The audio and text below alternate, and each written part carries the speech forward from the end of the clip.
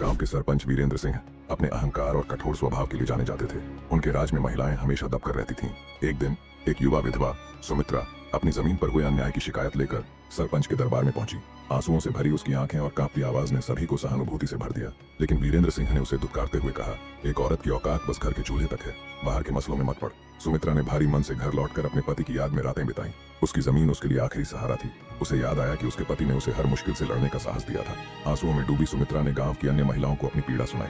सभी ने उसकी मदद का वादा किया, लेकिन जब सुमित्रा ने यह सुना कि सरपंच ने उसकी जमीन को अपने नाम करवा लिया है, तो वह टूट गई। एक दिन गांव में पंचायत बुलाई गई। सभी महिलाएं एकजुट होकर वहां पहुंची। सुमित्रा ने अपने आत्मसम्मान और न्याय के लिए वीरेंद्र सिंह को चुनौती दी। सभी ने देखा कि महिलाएं एकजुट होकर उनके सामने खड़ी थीं। वीरेंद्र सिंह स्तब्ध रह गए। उनकी शक्ति और अहंकार पहली बार टूटते हुए नजर आया। आखिरकार न्याय हुआ।